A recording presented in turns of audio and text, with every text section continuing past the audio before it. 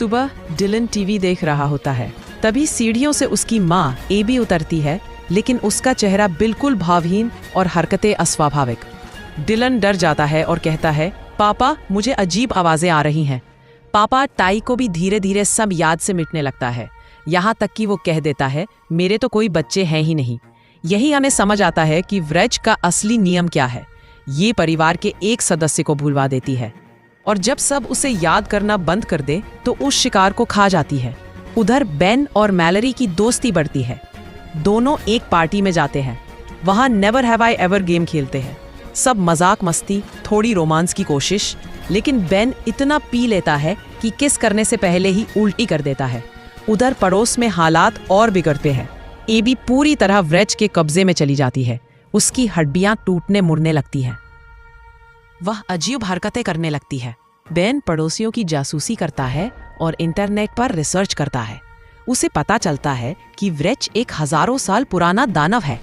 ये परिवार में घुसकर उन्हें एक दूसरे को भुला देता है और फिर धीरे धीरे सबको खा जाता है। बेन देखता है कि एबी ने अपने घर के नीचे लकड़ियों और हड्डियों से बने चिन्ह रखे हैं। वहाँ फोटो लगी हैं जिनमें परिवार के सदस्यों की आंखें खुरचकर मिटा दी गई हैं। उसमें मैलरी और उसकी छोटी बहन लिली की भी तस्वीर मिलती है।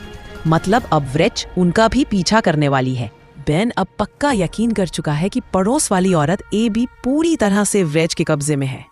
वो पुलिस को सबूत दिखाने की कोशिश करता है, लेकिन कोई उसकी बात मानने को तैयार नहीं होता। डिलन, जो अब तक डरा हुआ था, अचानक सबकी यादों से मिट जाता है।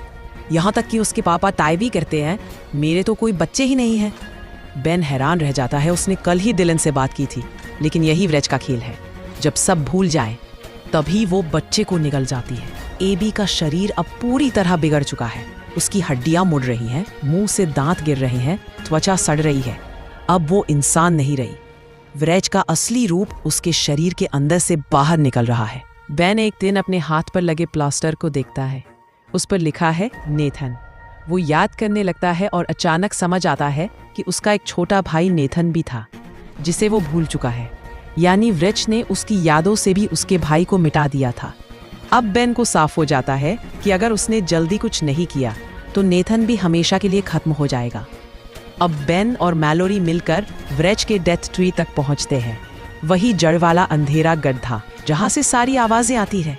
वो रस्सी बांधकर नीचे उतरता है और देखता है जगह जगह बच्चों के खिलौने पड़े हैं, लकड़ियों से बने पिंजरे हैं और बीच में उसका भाई नेथन बंधा हुआ है। बेन उसे छुड़ाकर ऊपर भेजता है, लेकिन तभी अंधेरे में व्रेज का असली रूप प्रकट होता है। लंबा चौड़ा, टेढ़ी हड्डियों वाला, जान